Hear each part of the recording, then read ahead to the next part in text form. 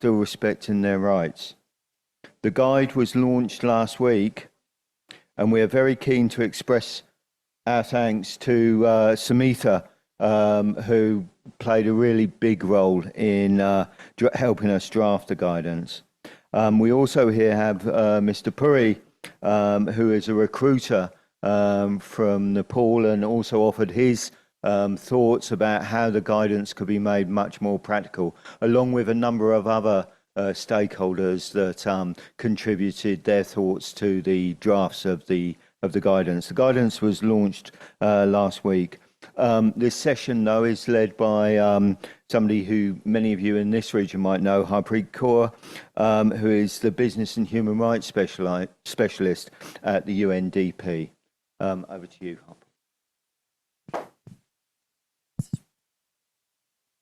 I was just trying to see if it's still good morning, but good afternoon, everyone. Thanks, Nick.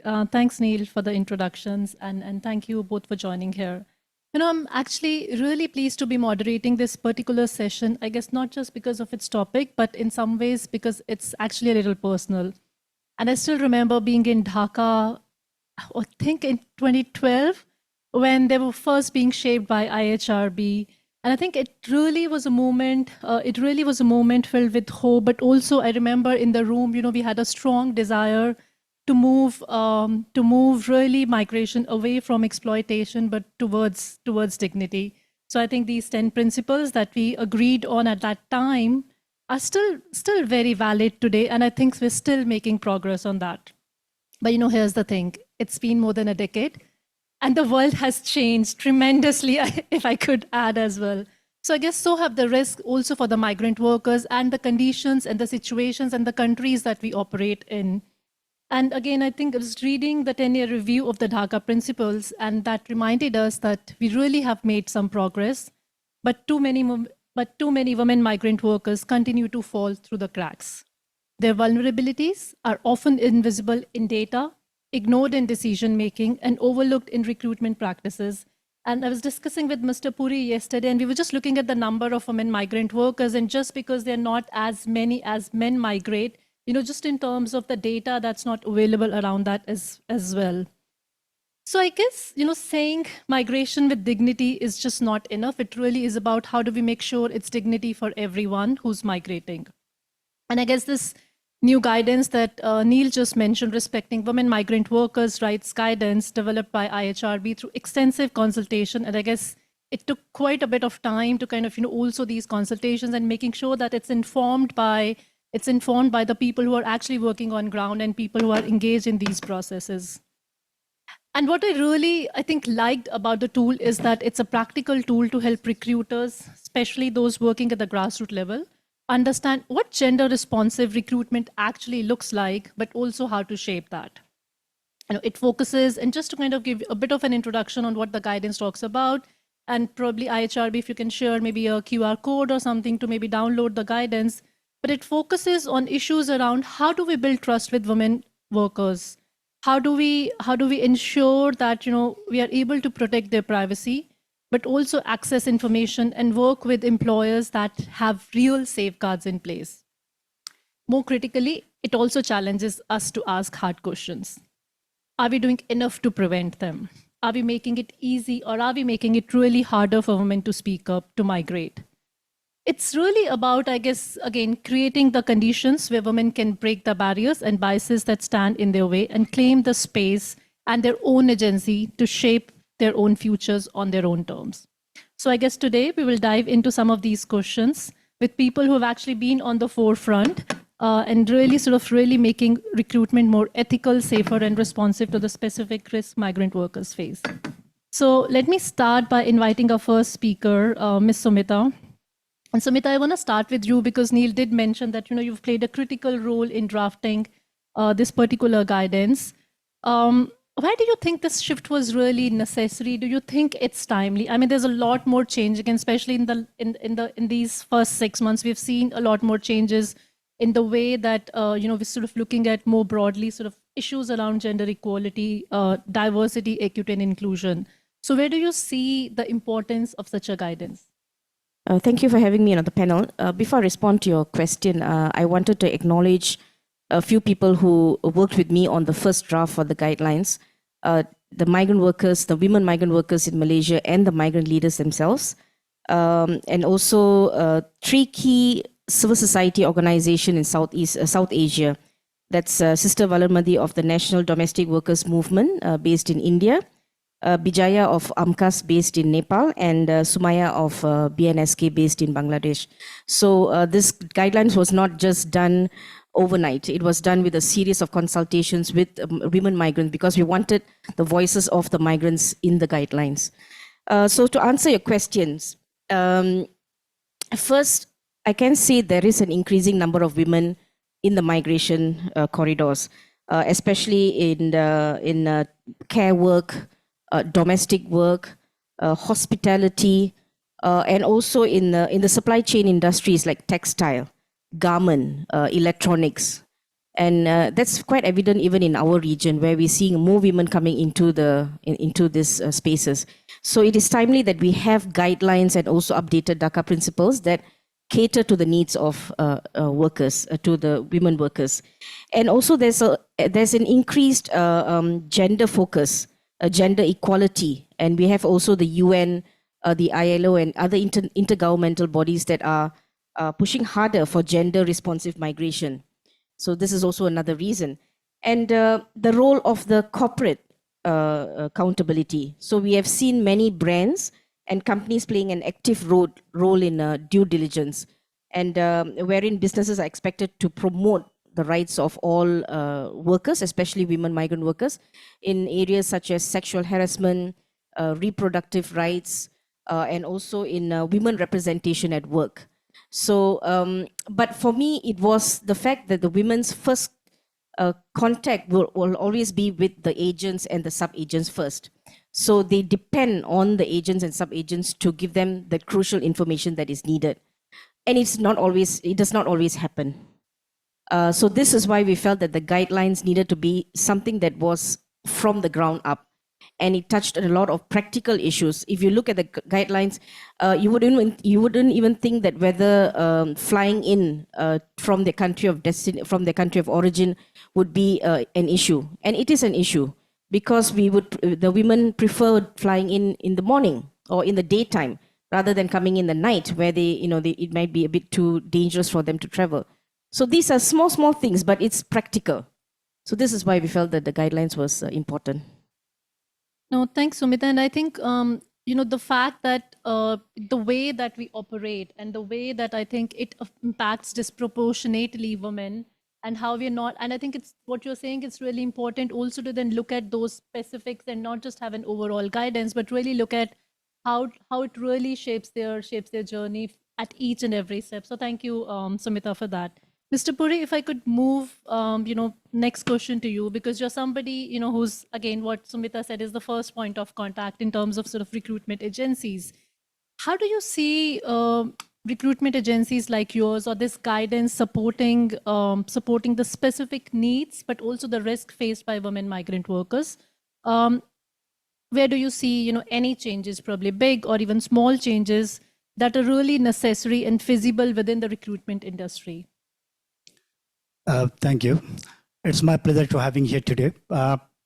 This guidance provides a blueprint, gender responsive, ethical recruitment practices in the systems. And here I can say, while recommendation requires for some systematic changes, and many are immediately implementable, and it's offering for like a recruitment agency, like any recruitment agency who wants to abide these policies, it's really offering realistic pathway for to address the guidance, they address that specific risks and needs of women migrant workers by this guidance. And also this is where supports recruitment agency for promotes gender responsive recruitment practices, and also encourage for having a conduct due diligence audit on our employers. requiring to have an anti-harassment policies and a woman-focused measures tools, and also accessible and a confidential, trusted grievance mechanism uh, to protect human migrant workers and to give them like support them, for the needs and the safeties that's required for as well. And more it was that this guidance helps for the, especially to adopt the employer's pay principal models, whereas all the recruitment costs are borne by the employers, not by the women migrant workers. And this guidance here supports for ongoing communications supports, like it's really encouraged for recruitment agencies to maintain the contact with the women migrant workers and their families too till their migration cycle, to make sure they are safe in a workplace and they are living in accommodation wherever they are. That's important for, really encourageable for recruitment agency too. And I can see there are necessary changes and are feasible that which you can expect, like in future, and having a wider adoption of employers' pay recruitment model and a extensive that's gender training program, and also standardized due diligence framework that's required for the access the employers to assessment the employer, and that also. And here there are safer communication channels which the women migrant workers requires each and every time, probably from the recruitment until the stage of recruitment till their employment, the cycle, over the migration cycle, they might need to have safer the communications channels. Whereas all these point of that, this guidance has support. And the other thing that is really supporting that, to encouraging for recruitment agency to engage and partnering with these NGOs and civil society to make array of these employer space recruitment models, and that also builds the relationship with the recruitment agency and the women migrant workers. And of course, that's the whole human migrant worker journey to be make succeed. That I can think it helps a lot. So, Mr. Puri, what I'm hearing is what you're saying is that, we do need big, long-term policy changes. We do need systematic shifts. We need those systemic shifts and changes. But also there are some smaller, but there are other small steps that you can take. And I think some of these that you mentioned, it includes these, in some ways to sort of stay in communication with the families, ensure that you provide them smaller, that you remain in touch with the workers and the families, but also ensuring that you're taking small steps while you're still planning for the long-term, systemic changes or the systematic changes, right? And Sumita, again, I'm going to come back to you because we now have a guidance, and we all know that moving from policies to practices perhaps is the hardest part. I think we have the toolkits, we have the guidance, we're looking for long-term policy changes. So what do you see are or could be the key enablers or even barriers to operationalizing this guidance with a gender lens? And I guess especially I'm talking about recruiters working at the grassroots level. So some enablers, some barriers, some recommendations on how do we make it operationalize, how do we operationalize it, but also make it effective operationalization. Yeah. Let me talk about the barriers. I think the main barrier would be the change of mindset. And also the change of status quo on how recruiters run their business. So of course the guideline is practical, but it is something that the recruiters have to take on and change their business operation, be a bit more responsible in their recruitment practices and things like that. So I think the barrier would be that change in mindset, definitely. And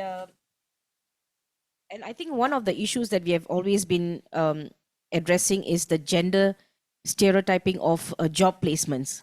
So women are expected to work only in domestic work or only in certain in agricultural and so on and so forth.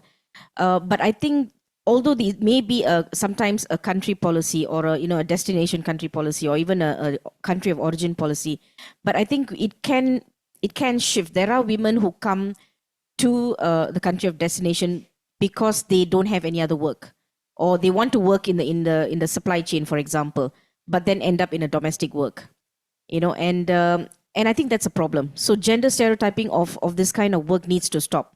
So women have come a long way, and I think we need to give equal opportunity for women to work in all sectors. There are women in Malaysia that they work in the plantation sector, in the construction sector, many, but then I still see only the domestic workers are women. And then we always have the conversation with the government, and we say that, okay, our country is a aging population. So, and then even men need, care at work, at home. And then they want a man to help them, with the care work, but then they are not allowed. Then they end up with a woman, and then we have a lot of issues with that. So I think that's why I said that gender stereotyping needs to stop, and you need to place workers according to the needs of the market or needs of the sector rather than the gender. Yeah, and we also see women workers in the SMEs, which these are SMEs which are informal sectors and with less protection and oversight. So this is also another problem for where women are. And the secondly is the cultural and the mobility restriction. So that is also going to be a barrier. As mentioned earlier, the government has policies that restrict women's mobility. Example, age barrier, or even needing the family consent. Or certain countries don't allow women with children to migrate. So all these are barriers to women to migrate. And we have constantly seen women having to falsify documents or leave the family without telling, and then that increases their vulnerability. Yeah? And in terms of key enablers, I feel that the guidelines are not, it's not rocket science. It's doable, it's practical. So I would feel that the best thing for it would be for recruiters to adopt the guidelines as part of their business model. And ideally, of course, we would want companies to adopt the guidelines as well in their business framework. And of course, governments to look at the guidelines as a progressive step for policies to empower women. And I use the word empowerment because I do not want to use the word protection.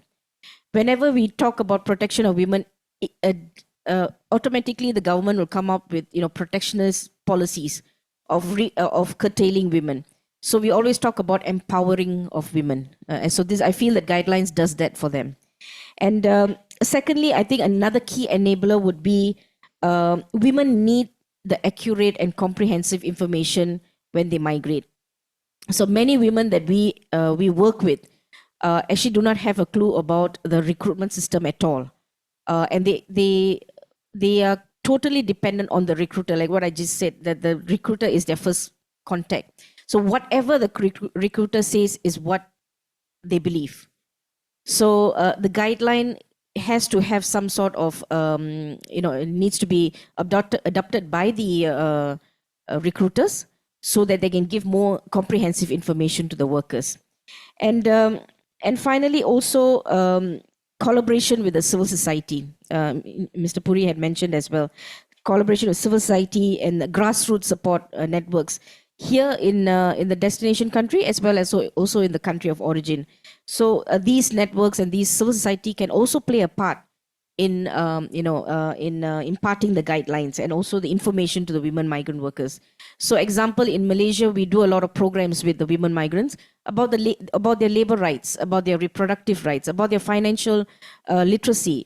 So I mean, that is after they come to the country of destination, but this is something that could happen in the country of origin. And finally, the use of social media to socialize the guidelines, including the government websites or even civil society websites, trade unions, and all stakeholders. So these are some of the key enablers that we can use to socialize the guidelines. Thank you. You know, what you're saying is it's definitely not a rocket science, but what you're really also talking about is shifting and addressing the discriminatory gender norms, which we all know is probably that's the rocket science that we need to sort of look at in terms of how do we move, how do we change the mindset and shift the gender norms. So, and I think Sumita, you ended up on sort of saying collaboration somewhere and somehow is really a key, right? In terms of, because if we were to change the mindsets and if we were to do this together, it is about collaboration. It's about sort of bringing in different stakeholders. And then again, coming back to you, Mr. Pure, because again, you're the ones who's gonna actually have to work with all of these different stakeholders, right? What kind of support, initiatives or incentives, whether it's from companies, from regulators, from international organizations, civil society more broadly, what do you think would make it easier for agencies like yours to embed gender responsiveness into day-to-day recruitment operations? Implementing gender responsive ethical recruitment practices as an outline of this guidance for the requires strong collaborations and a supportive framework for requires that those for a recruitment agency to successfully aimed to bring in those principles to daily operations.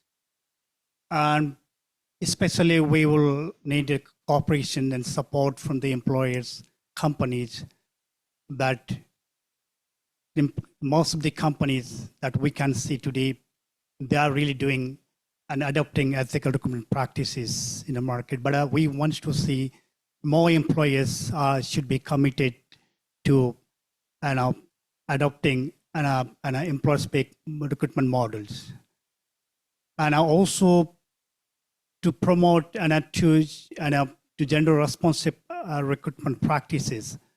I believe the employers has to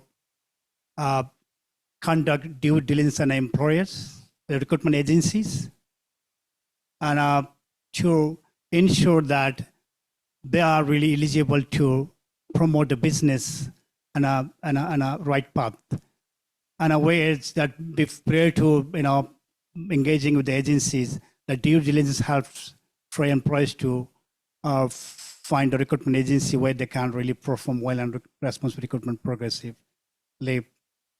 And also probably like we can say employers are always need to have good collaboration with the women migrant workers and our recruitment agency throughout the migration cycles.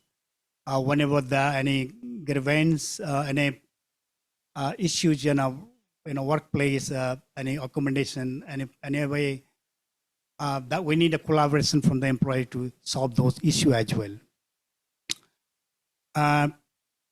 Here we need that also support from the international organizations that can help to at least providing more trainings for recruitment agencies and more often, and also possible that to provide them those like within time limit for the certifications that those agencies will really have with the certification and training supports that can promote their business and throughout the global markets. That's very important for the recruitment agency as well.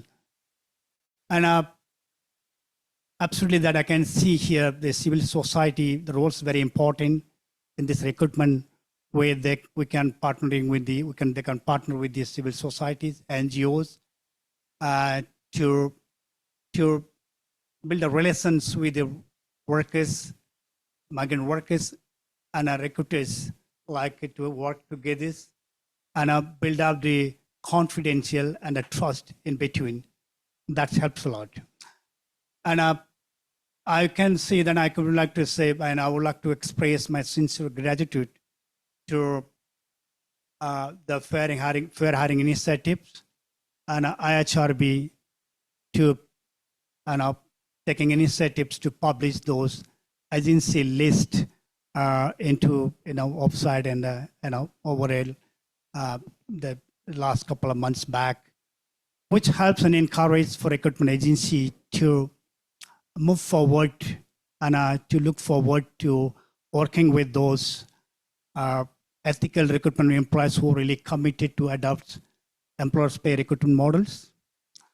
And also I would like to say that in the future, more and more agencies get opportunity to participate in those training and are getting certified by those bodies. And in a globally, and the recruitment industry has to be go on a employers pay model. That's what we believe, and that's I can say from my side. Thank you. Thank you very much. And I think we've already run out of time, but what I'm hearing, and I'm going to probably end that on that note, is, capacity building and trainings are important, but trust is really equally important to ensure that gender responsiveness becomes part of standard practice, but not just a policy commitment. With that, thank you very much. I'll hand it back to Neil for further announcements. But thank you very much for this session today.